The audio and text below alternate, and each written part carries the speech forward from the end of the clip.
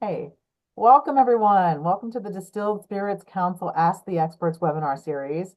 I'm Amy Carter. I'm the Vice President of Member Services and Business Development at the Distilled Spirits Council of the United States, also known as DISCUS. I want to let everyone know that we're recording this webinar so that it will be available later at the events page on the DISCUS website, and it will also be on the DISCUS YouTube channel. So before I welcome today's speaker, I just want to remind everyone of the DISCUS antitrust policy statement that we read at the beginning of all of our meetings. And that is to please be mindful of our policy, our antitrust policy, and refrain from discussing or exchanging information related to pricing, marketing or sales plans, costs or confidential plans regarding output or production, boycotting any other companies, not recruiting or hiring each other's employees, or discussing salaries, wages, or benefits, or any other competitively sensitive or proprietary business information. So with that bit of housekeeping, because we have DISCUS members as well as others in the general public who are interested in the distilled spirits industry on this webinar, I just want to say that DISCUS is the leading voice and advocate for our members, but also the distilled spirits industry overall. We provide a wealth of resources and services, including this webinar series, that aims to educate and share relevant trends, ideas, resources, best practices, et cetera, and opportunities. Our recent webinars have included small business grants for export activities, trends in the U.S. liquor market featuring the experts from Nielsen IQ, e-commerce with Reserve Bar, and direct-to-consumer e-commerce with Speakeasy, which is now part of Flaviar.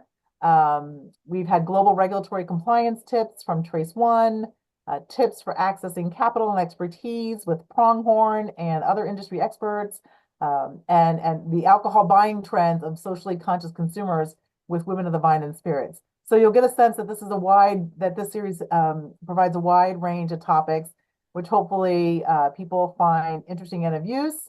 And if you have other ideas for topics or things that you think are important, or trends that you're seeing in the industry, please feel free to let us know at membership@distilledspirits.org. And so with that bit of housekeeping taken care of, hopefully folks have had a chance to get into the webinar. I want to welcome everyone and our speaker to today's webinar, The Rise of Agave Spirits, Connecting Cultures and Connecting People. Erlinda Doherty leads Vinicola Consulting, which is a DISCUS partner member that provides education, advisory, and brokerage services to all three tiers within our industry. So welcome, Erlinda. Thank you so much, Amy, and welcome everybody on this happy Monday. It's a beautiful day finally here in DC Yes. after so much yucky weather. And also, happy Hispanic Heritage Month to all of us here. I am a happy and a proud Latina myself. My mother was from Peru, and part of this presentation today, I think, I'd like to connect a little bit to the celebration that we're doing here in our country of Hispanic cultures and the growth of our population as well. So next, yes. So I just want to say to everyone, so as Erlinda was saying, obviously this is Hispanic Heritage Month, and DISCUS has been doing various promotions and highlighting the parts of our industry that relate to Hispanic Heritage Month. So we're thrilled to do that. And I think, Erlinda, you're going to share some insights into the broader sector economic data, the breadth of agave spirits. I think most of us are familiar with tequila and probably mezcal, but I know there's others that are agave-derived spirits, so we're looking forward to that. And maybe hopefully some consumer preferences and sort of the opportunities and challenges within the industry, but also within this particular sort of slice of the industry. So with that, over to you. I know you've got a great presentation for us today. So over to you, Erlinda. Oh, and I'm sorry, one more thing. I just want to say to folks that we'll take questions throughout. So you can use the raise your hand icon or put your question in the chat or in the Q&A. And then myself or someone on my team will find those and read those aloud. But we'll also save time at the end for a specific Q&A. And then we will send a link to this recording to everybody that's on this webinar, and also anybody who registered for the webinar. And Orlinda's contact information will be on the slide, so you can contact her directly afterwards. Okay, now with that, Orlinda, over to you. Sorry, I jumped the gun a little bit, I think, about That's all right. No worries. I was very excited about celebrating Hispanic Heritage Month. Absolutely. Well, thank you everyone again for joining us today. I am indeed well passionate about my heritage, but also about the topic we're about to discuss now, the rise of agave and how it connects people, cultures, and we're going to do sort of an overview here of some of the agave spirits that are the most dominant in the marketplace, and touch on some of the smaller ones too because they are important. And then talk about why these agave spirits have been so resilient, even with the challenges that we've been having in our marketplace. Next slide, please. Thank you. And again, just we can see here that even in 2023, when we started to notice some of the resetting, if you will, of the post-COVID, buying and so forth and normalization, we have seen the spirit category grow. In fact, in 2023, again, using Discus's data here, we see that tequila and mezcal grew almost 8% in $6.5 billion of revenue, which is only just a little bit behind vodka. And then by volume, of course, it was the third behind cocktails and RTDs, selling 31.6 million cases, which is a lot. And then finally, well, we know that cocktails and RTDs have really skyrocketed also in recent years, but even still showed a very, very significant growth in that area with $1.7 million in volume. So again, very, very, very active. And again, finally, with respect to all of the growth that happened in 2023, which the total was 1.3 billion, tequila and mezcal combined were almost about a third of that growth. So and you will notice here too that we don't necessarily break out mezcal from tequila. There is data that's available that's more granular, but right now I like to just talk about the category as a whole because there's also other spirits that are kind of fit in there in niche categories as well. Next slide, please. So again, as I mentioned here, what I really wanted to focus on in this presentation is not just the data and the economic impact, which of course is huge, and we can have multiple conversations about that too.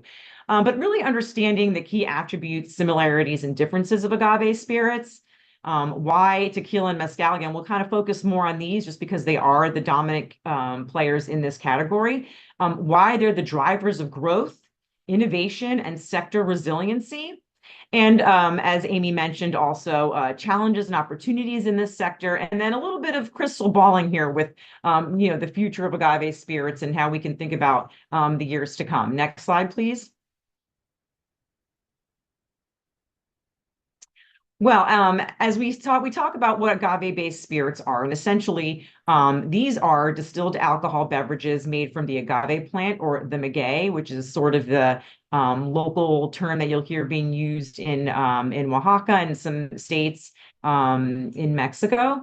And of course, again, tequila and mezcal are the largest of these two categories, but we will talk about all of them as well. Now, just so you know, there's really about 200 species of agave that exist. Now, most of these, I would say the majority of these are used for more industrial purposes, but 40 of these can actually be used for alcohol beverages, which is really, really interesting. And I'm going to talk a little bit about the differences between and the similarities between those that I have listed here. Tequila basically is a type of spirit produced from the agave, the blue agave plant, and it has a denomination of origin within Mexico, just like champagne or cognac or other protected areas, and is basically has a standard of identity in the United States, basically for an agave spirit that's distilled at least 95% by volume and bottled at no less than 40% ABV.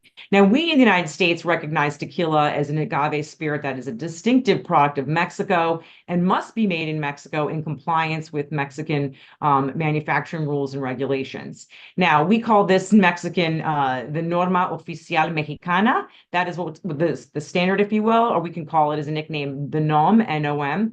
And basically, the NOM for tequila in Mexico recognizes two different types of tequila. one which is simply known as the term tequila, and the other which has higher standards of production and distilling and is known as 100% agave tequila. And this must be labeled with the following statement: 100% agave, 100% puro de agave, and the title blue might be added to it as well. Now, tequila is, Can I yes, ask you, I just interject a question. I mean, I kind of know the answer to yes, this, but, and I'm sure most, a lot of people on the call do, but just in case some folks don't. Why, yeah. like, why is an origin important? How does that distinguish products throughout the world? And I'm asking because one of the things that we're focused on, Discus is focused on now, is a specific distinction for American single malt whiskey.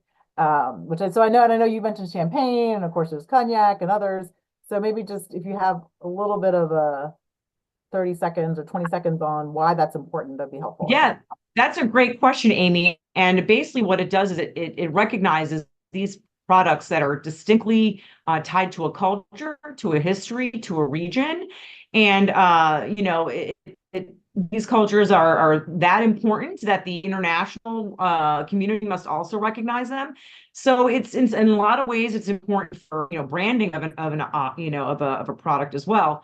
But truly, it makes it so that these products are, absolutely related and tied to a region, a history, and an area. Now, because of that, we can't, there might be agave spirits made in other areas of the world, but we can't call it tequila because tequila has a denomination of origin that is located in the country of Mexico, of which Jalisco is the majority producer.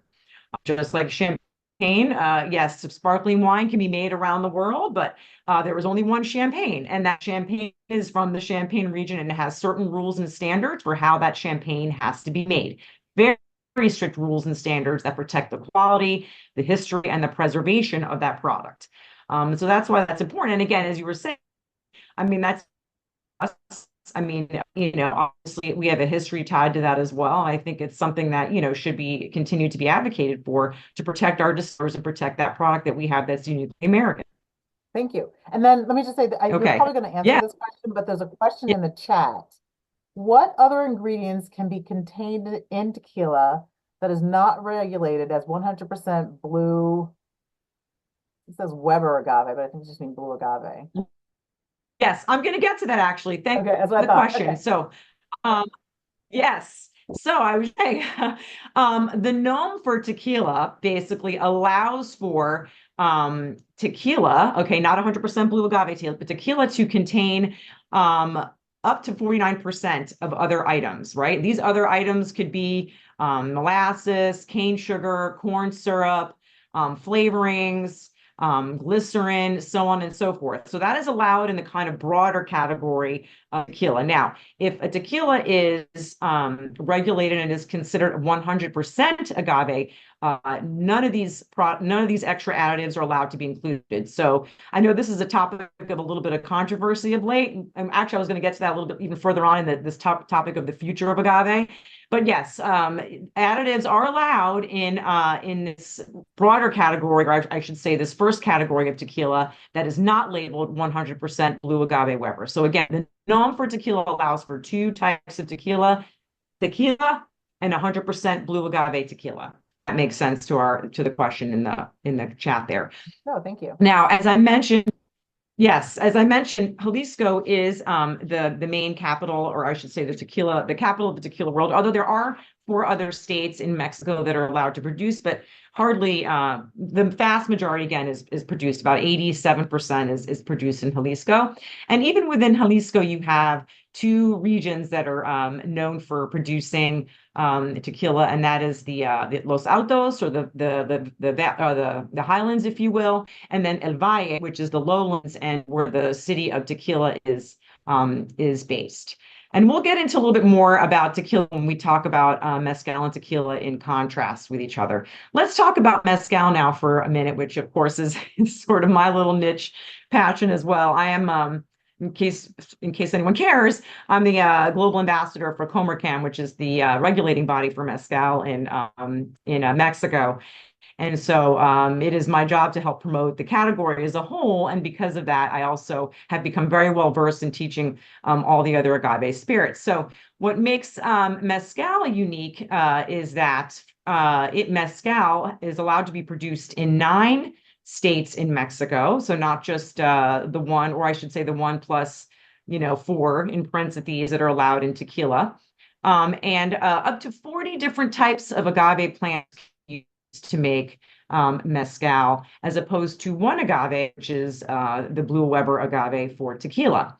Now, mezcal again is really a sliver of the larger production of what agave spirits or the agave spirits category is, but is quickly growing and is obviously a very important discussion to have today because it is growing so fast and has a lot of characteristics that have resonated a lot with consumers, emerging consumers. Now, that being said, mezcal, even though it is allowed to be produced up to 40 different types of agave, really the main agave that's used to make mezcal, and about 90% of mezcal is the espadin, which is actually of the same genus and species of the Blue Weber agave. So they're just two different varieties of the same genus and species. And there are reasons why these plants were chosen or this particular genus and species, and that's because they're high yielding, they're very hardy, they don't require really any irrigation, and are really just the fastest growing with respect to agave plants as well, taking really only 5 to 7 years to mature, while some agaves can really take up to 35 to even 50 years. Oh, wow. Now let's talk a drop about Sotol too, because Sotol also is another growing category, although again, still very small, is an important agave spirit. And it's made by another particular interesting agave called a Dasylirion, which is also known as a desert spoon. And Sotol is produced in the regions of Chihuahua, mostly in Coahuila. And again, use very similar practices to mezcal in terms of the agave hearts being roasted with wood, which is again required by the mezcal denomination of origin. Whereas tequila, by the way, and again I'll mention this a little bit later, the agave hearts are steamed, which is again required by the regulation. Bacanora is also an interesting up and coming product, also made by agave plants. And these are mostly and there is a denomination for Sotol, just like there's a denomination for Bacanora, just to also make that point. So again, these are products that are internationally recognized for being culturally significant products and distinct products of Mexico.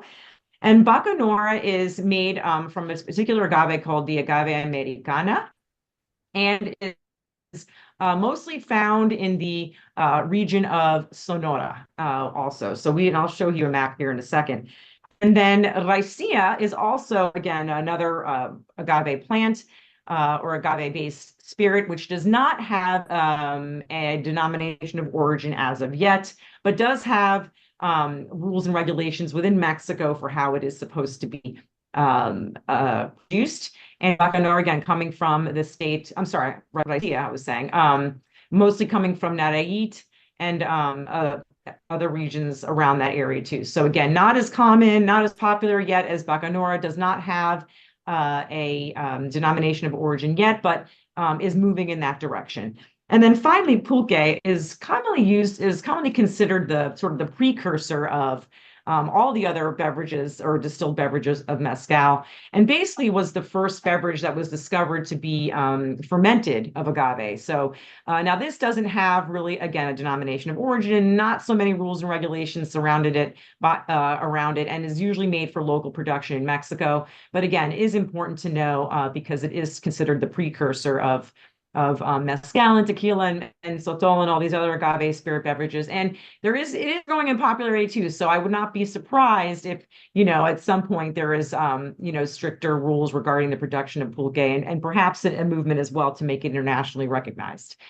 Now, again, the agave plant, as I mentioned, is a very hardy, requires very little care to grow, and really grows all over the world. So in other states of Mexico too. So just to take it back to Mexico real quick, other agave distillates that are not made within the denomination of origins or the states that are regulated for the other agave spirit products are called agave distillates or destilados de agave, which is basically just a generic term for these spirits. And you can find agave distillates around the world. You can find them in the United Oh, States, in New Mexico, Texas, and Arizona. You can find them in Peru, where my mother was from. You can find them in Australia. You can find them in India. So agave again is one of these plants that even though Oaxaca really is the capital also of agave production and agave biodiversity, you can find agaves around the world, and again agave distillates being made there. And again, because of the rules and regulations about the denominations of origins, these spirits are really just known as agave distillates in the generic sense. Again, other interesting categories. Again, is there so- a question? Sorry, yeah, yeah. but before you move on to agave gin, and agave vodkas, there is a question. Can you please discuss the 1% additive rule regarding 100% agave tequila? Most consumers don't know that their 100% agave tequila may still contain glycerin, sugar, coloring, etc. Yeah, that's a really good point. And I mean, you won't actually see that in you won't see that mentioned in a lot of, even in the textbooks and when you take your professional education regarding agave spirits, you will very, very rarely hear that mentioned. You will find that if you dig into the Consejo Regulador de Tequila, into their guidelines, that is the governing body for tequila, you will find that listed there. And again, that's a topic about transparency, which is an issue for sure. Again, a little controversial, but it is definitely a good point that you make. And I leave room in our discussion later on to talk about these issues of transparency and how that can affect the market as it grows and connecting with consumers. So thank you for bringing up that point.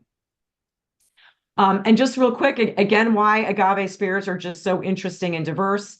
I have now come across agave-based gin, agave-based vodkas, actually. There was one in Texas that just recently launched a brand that was made, it's essentially a vodka made from agave spirits.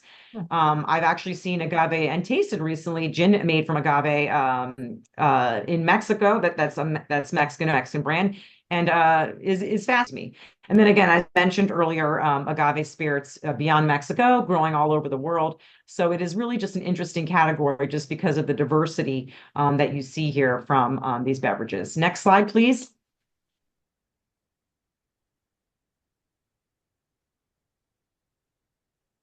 Thank you. And again, this is a map here just to kind of show you the different regions of the denominations of origins of where these agave spirits are hailing from. So you can see here the green areas are where mezcal is coming from. Again, we have 9 states in total that are allowed to produce mezcal. One, Jalisco, which is the main producer for tequila as well is really the big state there. You can see in gold. A little bit is allowed to be produced in Nayarit too, but for real, honestly, Jalisco is considered the capital. You can see Sonora, where Bacanora is being produced. And then Raicilla is also produced in Jalisco too. So it just gives you an idea here of the vast diversity of where these products are being made in Mexico. Next slide, please. And in case anybody was wondering where the terms mezcal and tequila came from, of course, these beverages were beverages that were, being formed and produced, with indigenous folks before the Spaniards came, actually. And the term mezcal and tequila both come from the Nahuatl language, which is the native language of the Zapotec and the precursor of the Zapotecs in Mexico. Mezcal being a derivation of the term mezcali, which basically means cooked agave, and tequil, which we think means, or we know means work or cutting, but we think that name came to be to describe tequila because of the work and the effort and the labor that is required to make this beverage. And of course, is named after the town where tequila is made. And this is a fun fact too, in case you all were wondering, because I also learned this while doing this research. This fun fact is the first license to produce mezcal of wine, which basically was the larger category of what all mezcal beverages or all agave beverages are called before they were regulated by their respective denomination of origin. The first license to use wine of mezcal in tequila was granted to Jose Maria Guadalupe Cuervo. in Oh, 1795. So yes, wow. that brand is obviously a very historical brand and was the first to be granted the license to produce wine of mezcal and tequila. So very interesting little fact there here. There'll be a quiz at the end. Next slide, please.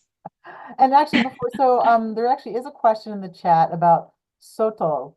Can you clarify why it is regulated as an agave spirit, even though the Dacilirion plant is not actually an agave? And excuse my pronunciation.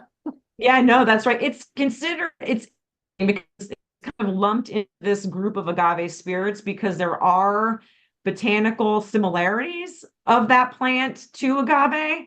Some other there are like three or four other distillates or distilled spirits that come out of Mexico that are completely not based on agave or agave-like plants at all, like corn and so forth. So we tend to talk about toll as part of this agave category because it is related in some ways. Again, it's not like all the other agaves, the agave angustifolias, agave salmianas, agave potatorum, and so on and so forth.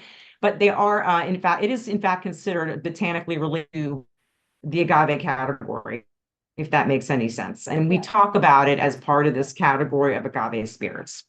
So a question. So remind me, Erlinda, when you earlier, did you say does Sotol have its own denomination of origin already, or would It potentially that does. It it does? does. Okay, all right. So it's already taken care of. Okay, Yeah. got And it.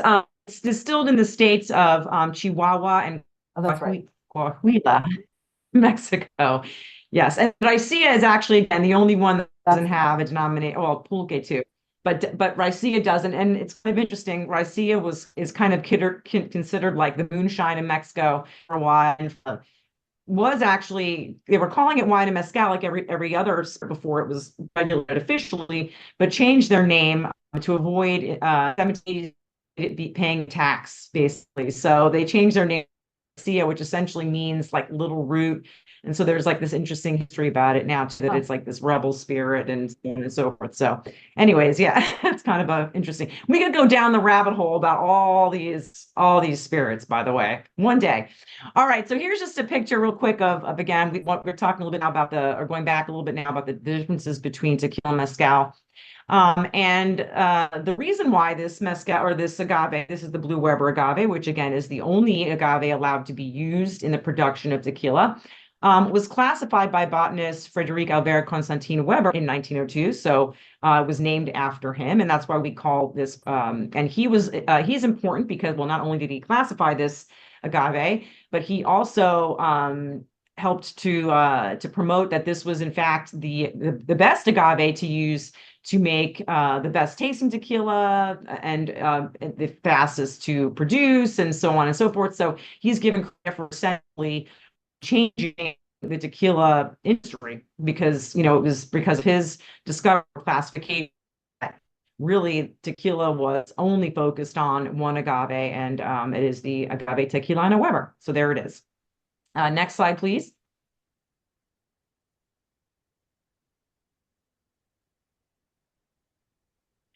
These are just pictures of all the other lovely agaves of which mezcal can be made of as well. And I won't go through all of them. I can. I know them all by heart, but I won't bother. I won't bore you all. But these are all just a handful of the up to 40 different species of agave that can be used to produce mezcal.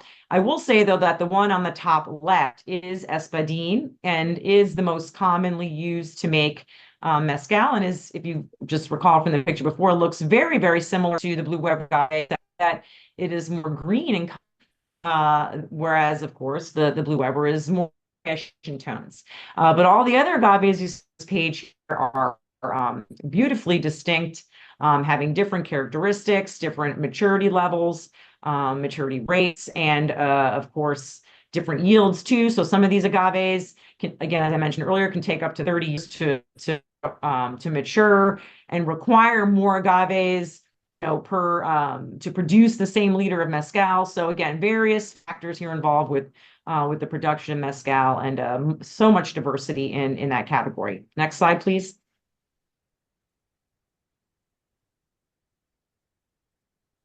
Just some pictures here too to kind of depict the process of mezcal. And you can see here that we are using very, very hands-on, labor-intensive processes. You see the mezcalero here loading the agave hearts once they've been harvested into earthen ovens that are then roasted with wood and, of course, covered with, or actually, the agave hearts are loaded onto lava rocks, and local wood is used to roast these. So even with the wood that's being used, you can find diversity in the ultimate expressions of agave. Once these agaves are roasted, which is about an average of 3 to 5 days, usually around 4 in the middle, I guess. Then these agaves are crushed using various methods. The most traditional being a big wheel called a daona, which is run around a mill. And then you see here fermentation happening in open containers that have to be wooden, okay? At least for most of mezcal, with the fibers. So that's very unique to mezcal. The fibers have to be part of the fermentation using spontaneous or naturally occurring yeast. And then on the upper right, you see the distillation of these the fermented must, and you can use you see copper stills there, or alembic stills being used, or below that in ancestral mezcal. Clay pots are required for the production or for the distillation of mezcal. So again, what you see here is a very, very hands-on, very traditional, low-tech production process for mezcal. Next slide. Wait, Erlinda, a question about the Yes, wood. Um, yes. can it be any wood, or does it have to be specific local woods? You mentioned the word local. I So I'm just mean, it wondering, could just be like any any wood. other spirit, can you like you Yeah, can flavor it it could with other be. types of wood? Yeah, you can roast mezcal with literally any wood, Okay. but you won't really find anyone, palenqueros or mezcaleros using anything but what's local, because it's the easest, right? And the most natural and the easiest to come by. So you see pine being used quite a bit. You see encino. You see mesquite. Literally, what is growing right next to them. So, yeah, sure, they could go source wood from other places, but you don't really find that happening because it's just not practical, and it's also not traditional. You're basically finding, using the products that are available locally. And again, all these different woods will impart a different, flavor and aroma at the end of the day. So, But I also have a question about the clay yeah. pots. Since I've actually Yes. taken the WSET level one course and I know a Oh, little bit about the copper stills and columns and things like that, but you said clay pots are required yeah. in a certain state where mezcal is produced. Is that sort of distinction required on the label, or how does one know that you're getting a product made in a That's clay a pot that's a versus great a glass? question, Amy. Yes, and in a minute I'm gonna have a little Oh, chart okay. that breaks down the I'll different let you types go of on mezcal. then. But yeah, that's a great question. Some communities, again, these are all. It's just so interesting the diversity that you find with this beverage. But yeah, some communities will only use clay pots because that's what they've always used. But there is a specific classification of mezcal called mezcal ancestral, or ancestral mezcal, that requires the use of clay pot, or distillation that are not allowed to use metal, as in like a copper pot, which you can use in the artisanal method. But yeah, so some states, just out of tradition, always use clay pot stills, and so that's kind of interesting. But we'll talk a little bit more about the three classifications and Great. what's required by those classifications. All right. Next I'll let slide. you move on because we're at 12:34 now, so we've probably got another 15 minutes or 10, 15 minutes or so to go. Okay, we're going to speed up here. Thank you. And then by contrast, you can see that tequila is a much more mass-produced product involving a lot more technology. Stainless steel, open containers for fermentation. A lot of producers will use commercial yeast to keep up the production needs and demands. In terms of cooking, the agave hearts, which are again either hydrolyzed or steamed, you will find autoclaves and diffusers for that purpose. Sometimes you will see above ground stone ovens, but for larger producers that are really trying to get the product to meet the demand, you will see a lot of technology being used. And of course, you see stills above too. So again, much more, very different than what you see for mezcal in terms of technology and production techniques. Next slide, please.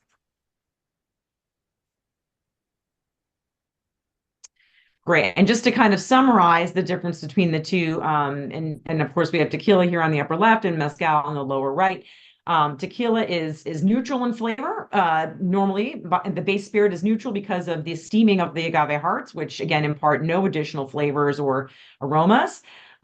We see much more large scale production because the denomination of origin for tequila was created with a different philosophy in mind, and that was to basically export Mexican culture to the world. And that also, by the way, the Consejo Regulador de Tequila, the governing body for tequila, was created in 1974 and is celebrating its 50th anniversary this year.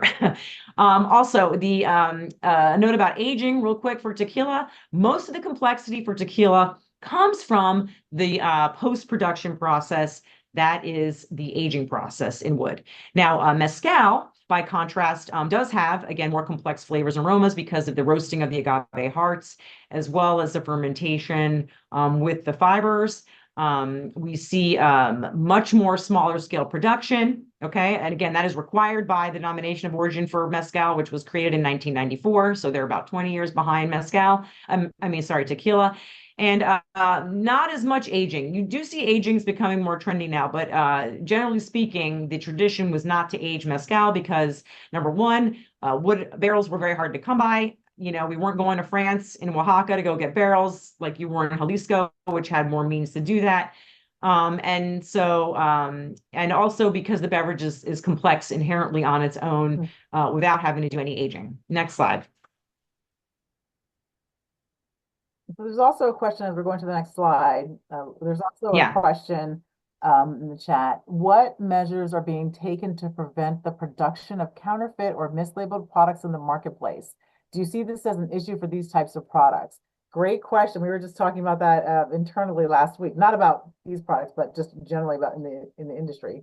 Just counterfeit or fraudulent products. Yeah, mislabeled Yeah, products. I mean that is an issue that and that's one of the challenges that we'll talk about. But it is that is the reason why you see a lot more regulation, okay, and a lot more how should I say, standards of process, which in some ways, leaves out some small producers because they have to meet all these standards. But in other ways, it protects these products from, like you said, counterfeit, for being unsafe, from all these different things. But mezcal and also tequila mezcal for sure uses holograms to track.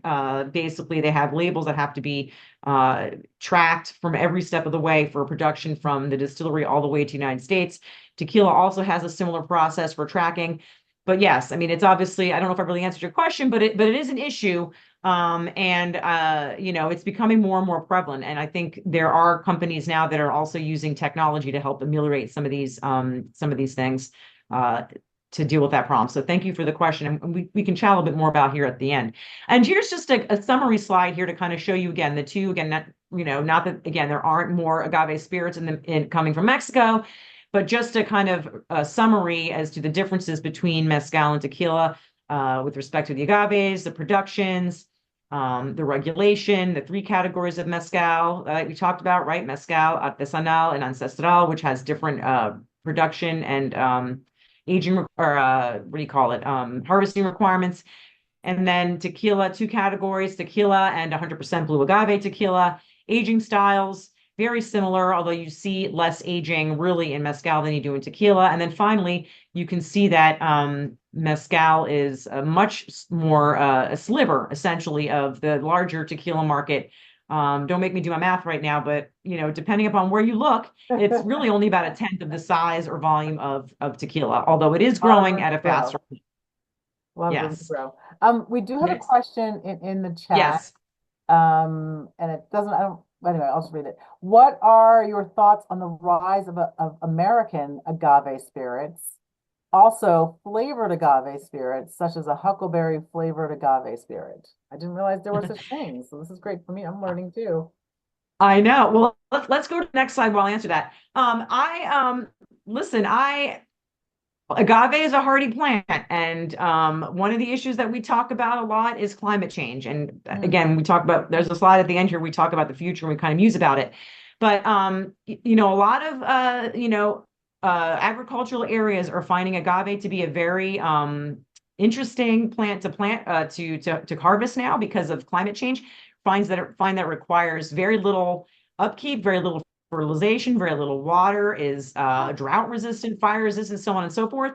And so I think it's interesting, and why not? Why shouldn't we have American-based agave spirits? Why shouldn't that be an opportunity for America to also develop its own distinct agave products? And I don't know about a huckleberry infused agave. I've never tasted it. It I think sounds it's a really personal interesting. preference there. Yeah. Yeah, but again, it just kind of showcases the innovation in the market, which we are going to talk about right now.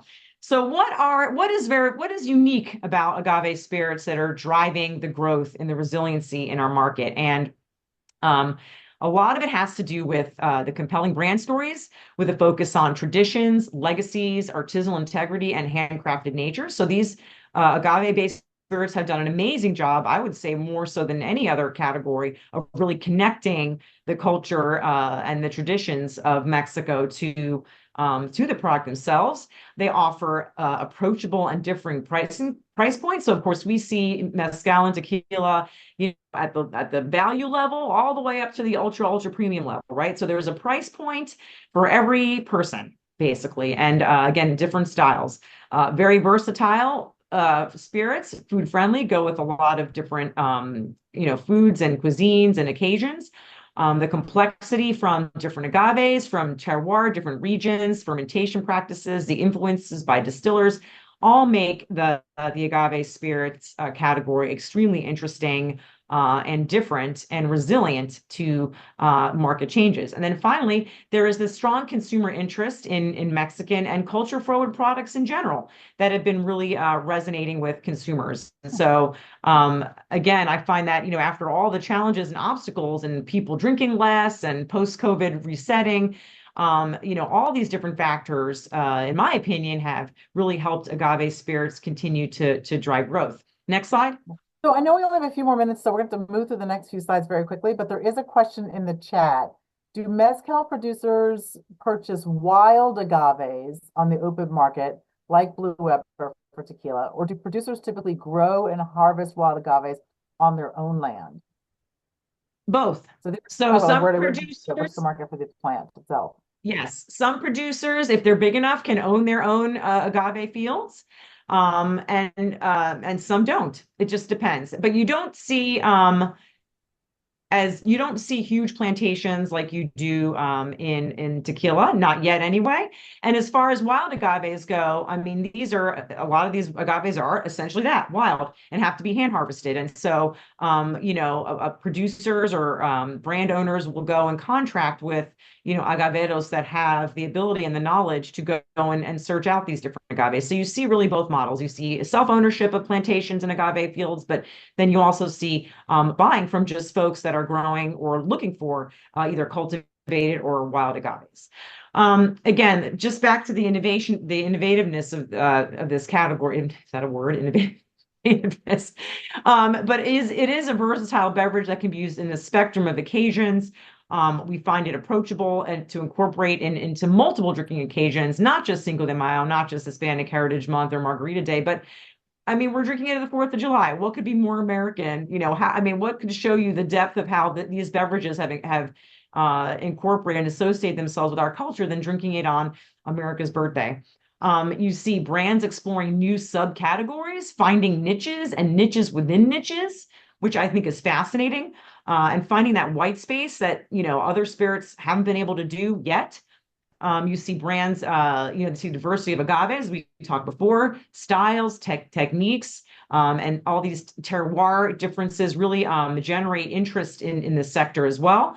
You see marketing strategies that are increasingly more creative, really focusing on, again, the culture, the experiences, what we call experiential marketing.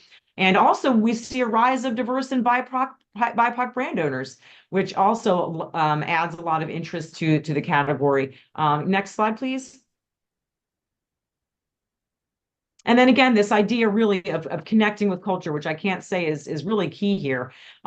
You see here just a list of themes, right? The brands that are doing the best in the agave spirits market are those that are focusing on authenticity, their sustainability, traditions, how they're preserving and safeguarding legacy practices. What are their social responsibility viewpoints and what they're doing to address gender issues, fair wages, and employing local workers? How are they distinguishing themselves based on quality and the artisanal nature of their products? And finally, how diverse are their actual portfolios of products? And again, the agave spirits that are the most successful are doing just this. And I think again, more so than any other spirit. I'm a little biased, but more so than any other spirits. Next slide, please. I know, so while we're going to the next slide, I'm going to read this question that came in the chat. Yeah. First of all, someone says, this is such a great presentation. Thank you for all Oh, that information. And I'll just say for everyone out there, we're going to get a copy or the link to the recording for this presentation, which will be available to the general public. So please feel free to watch it again and to share it. But the specific question is, you mentioned yes. different types of agaves being used in primarily mezcal.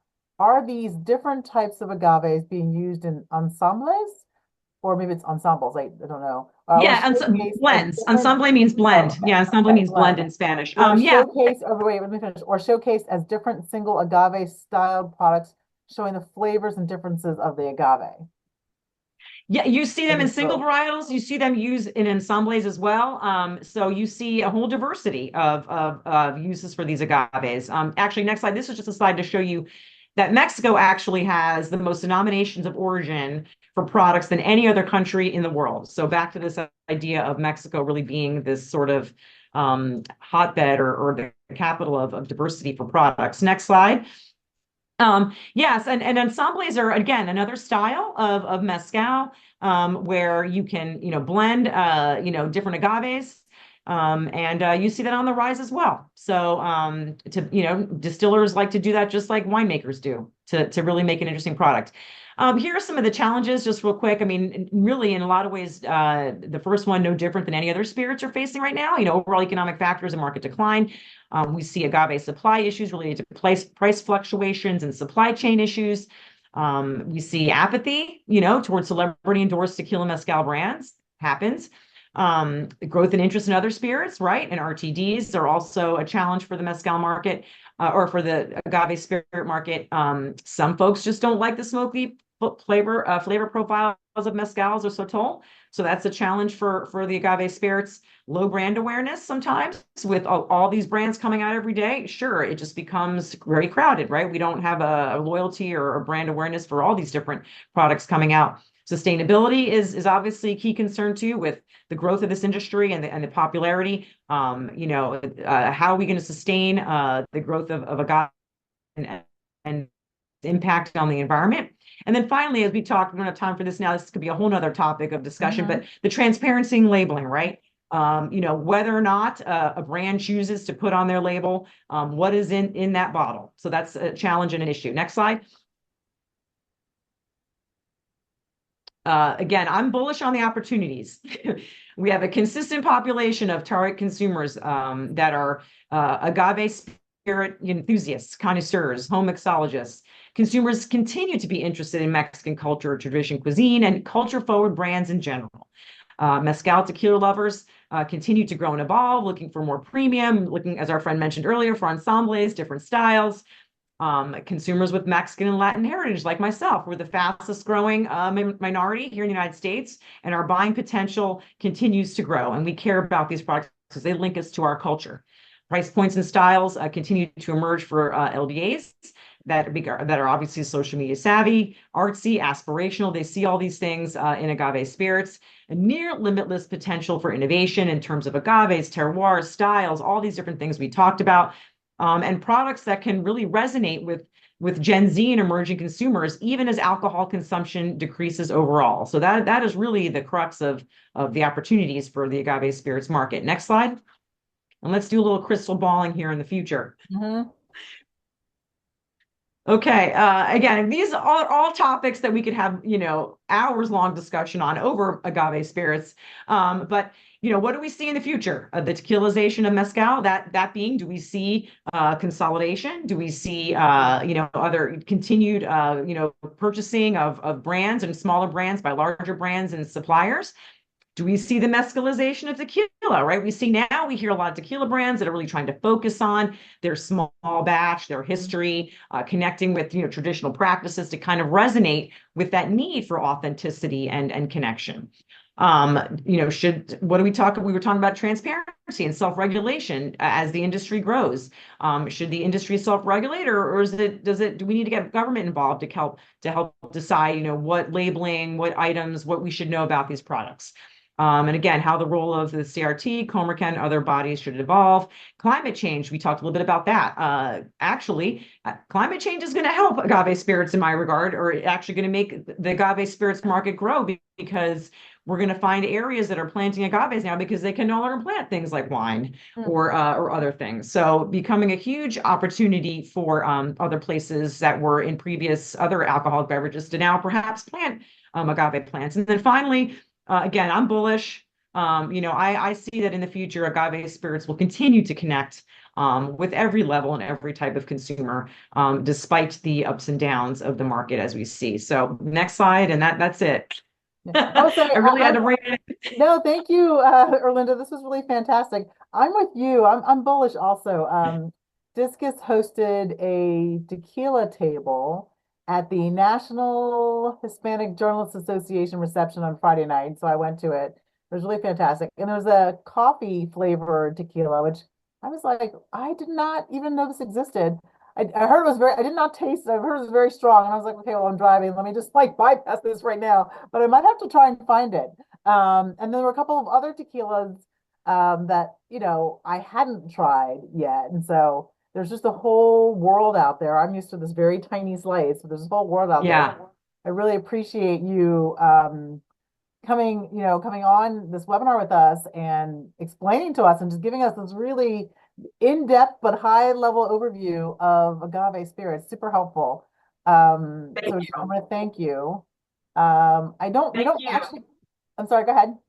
I was going to say that if anyone does have any further questions or wants to go down the rabbit hole with me with respect to, the different agave types, the future of agave, deeper analyses, more granular information in terms of sector breakdowns, I'm happy to do that too. Just reach out to me. As you can see, I can talk for hours on this topic, and it is interesting. And I think in a lot of ways, all of our other spirits that I love and admire and of course respect, can learn a little bit about, how to connect with consumers and cultures the way agave spirits We do. have one more So, question, and so this will be oh our yeah, final question. Oh, actually, there's two more questions. Okay. Can you discuss the status of additive-free tequilas? That's one question. And the second one is, well done.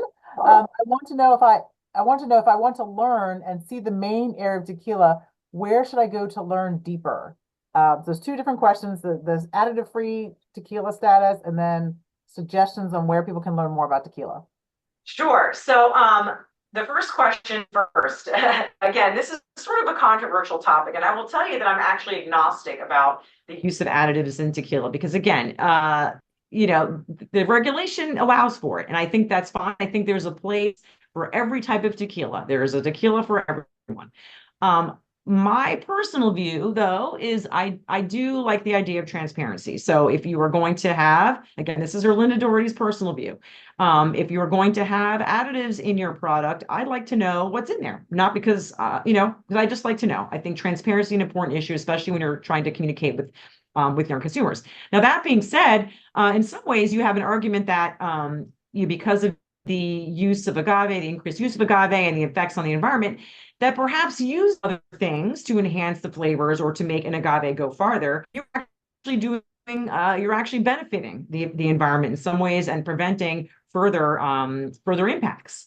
So, but to answer the question, the status right now that I know is that the CRT has not made a final decision or has not made a decision about the use of the labels for additive-free tequilas on their bottles, but there is that organization that was based in Mexico originally, which is now based in the United States, is creating their own organization here to put those labels on tequila bottles that want to be noticed and have are pride to be additive free. So I don't know yet that the CRT has taken any position to move that earlier idea to not have the labels on there, but that is to be TBD. And I know it's a very controversial issue, and I will say not an issue that exists in mezcal because all mezcal by law has to be 100% agave. So this is not an issue that folks in mezcal have to deal with. It's an issue that is strictly for the tequila world. And again, I think just as a consumer, again, my personal view, put all the additives you want in it, but just let me know what's going in that bottle, and I'll make the That choice might be on a myself. conversation for a future webinar. But I'm Exactly. going to Yeah. close with something on Discus Academy. But do you have any suggestions specifically on tequila education that we can share now, Yes. or Well, we'll get into everybody afterwards? Well, of course, Discus Academy has WSET classes that you can take to learn more about tequila and spirits. So I would highly recommend that you look up Discus Academy and further your knowledge. And you might find yourself very interested. You could also, of course, visit Jalisco and visit distilleries. But I would say go ahead and take advantage of the resources that Discus has for you to further your spirits knowledge. And I'm gonna go to Jalisco in addition to our courses. So, but yeah, Orlinda, thank you so much. This is really fantastic, very helpful. Before we close, we've got a few more minutes left, but before we close, I just want to remind everyone of some upcoming webinars and resources that Discus has. One, applications are open for the 2025 Discus Academy leadership programs. Those are basically year-long programs for rising leaders. There's one for executive leaders, and there's a program that's specifically focused on women in the industry. So definitely check that out. You can find more information and the application link at discusacademy.com/leadership certificate program, but we'll send the link to everybody afterwards.